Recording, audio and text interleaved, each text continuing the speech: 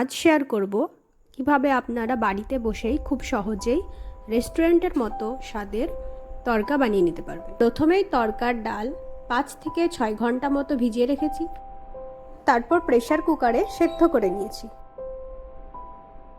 আর এখানে কেটে নিয়েছি পেঁয়াজ, আদা, রসুন, টমেটো, লঙ্কা এবং ধনেপাতা। সব কিছুকে খুব ভালো করে কুচি কুচি করে কেটে নিয়েছি। তারপর কড়াইয়ে তেল দিয়ে তার মধ্যে আদা কুচি এবং রসুন কুচি দিলাম। সেগুলোকে খানিকক্ষণ তেলে নেড়ে চেড়ে এর মধ্যে দিয়ে দিয়েছি কেটে রাখা পেঁয়াজ আর দিয়েছি লঙ্কা কুচি। সব কিছু খুব ভালোভাবে একসাথে মিশিয়ে নিয়ে তার মধ্যে দিয়েছি 1 চামচ পরিমাণ গোটা জিরে। এরপর সব কিছু যখন হালকা হালকা ভাজা হয়ে যাবে তখন তার মধ্যে দিতে হবে টমেটো কুচি।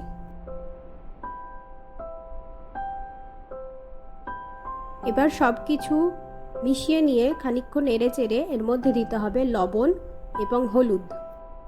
এর মধ্যে দিতে হবে 1/2 চামচ ধনে গুঁড়ো, 2 চামচ তড়কা মশলা আর সামান্য কসুরি মেথি। তারপর গ্যাসের ফ্লেম লো করে খুব ভালোভাবে সব কিছু মিশিয়ে নিতে হবে। এরপর এর মধ্যে দিয়ে দিয়েছি 2টো ডিম।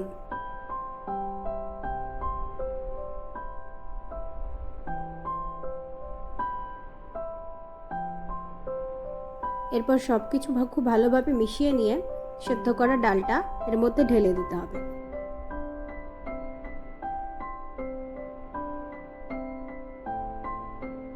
ডালটা সব কিছুর সঙ্গে খুব ভালোভাবে মিশিয়ে নিয়ে ঢাকা দিয়ে দিয়েছি।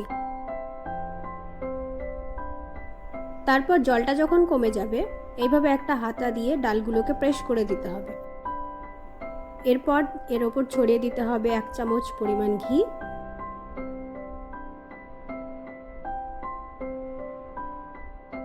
আর সব শেষে দিতে হবে ধনেপাতা।